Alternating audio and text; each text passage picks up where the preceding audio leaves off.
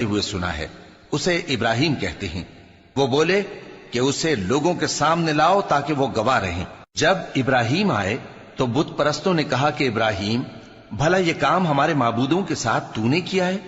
ابراہیم نے کہا، بلکہ یہ ان بڑے بت نے کیا ہوگا، اگر یہ بولتے ہوں تو ان سے پوچھ لو۔ انہوں نے اپنے دل میں غور کیا تو آپس میں کہنے لگے، بے شک تم ہی بے انصاف ہو۔ پھر شرمندہ ہو کر سر نیچا کر لیا۔ اس پر بھی ابراہیم سے کہنے لگے کہ تم جانتے ہو یہ بولتے نہیں۔ ابراہیم نے کہا، پھر تم اللہ کو چھوڑ کر کیوں ایسی چیزوں کو پوجتے ہو جو نہ تمہیں کچھ فائدہ دے سکیں اور نہ نقصان پہنچا سکیں؟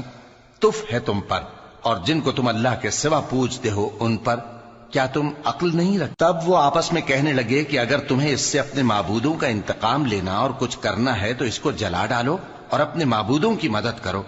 ہم نے حکم دیا، اے آگ سرد ہو جا اور ابراہیم پر سلامتی والی بن جا۔ ان لوگوں نے برا تو ان کا چاہا تھا، مگر ہم نے انہی کو نقصان میں ڈال دیا اور ابراہیم اور لوط کو اس سرزمین کی طرف بچا نکالا جس میں ہم نے اہل عالم کے لیے برکت رکھی تھی۔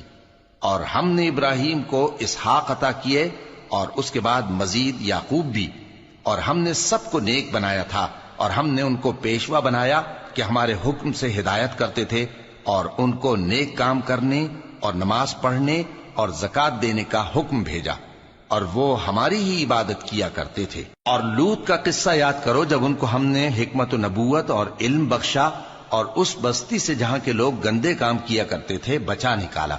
بے شک وہ برے اور بد کردار لوگ تھے، اور انہیں اپنی رحمت میں داخل کیا، کچھ شک نہیں کہ وہ نیک کرداروں میں تھے۔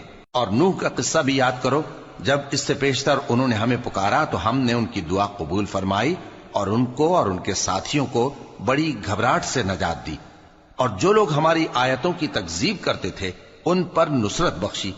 وہ بے شک برے لوگ تھے، سو ہم نے ان سب کو غرق کر دیا۔ اور داؤد اور سلیمان کا حال بھی سن لو کہ جب وہ ایک کھیتی کا مقدمہ فیصل کرنے لگے جس میں کچھ لوگوں کی بکریاں رات کو چر گئیں اور اسے روند گئی تھیں، اور ہم ان کے فیصلے کے گواہ تھے، تو ہم نے فیصلہ کرنے کا طریق سلیمان کو سمجھا دیا، اور ہم نے دونوں کو حکمت و نبوت اور علم بخشا تھا، اور ہم نے پہاڑوں کو داؤد کا مسخر کر دیا تھا کہ ان کے ساتھ تسبیح کرتے تھے، اور پرندوں کو بھی مسخر کر دیا تھا، اور ہم ہی ایسا کرنے والے تھے۔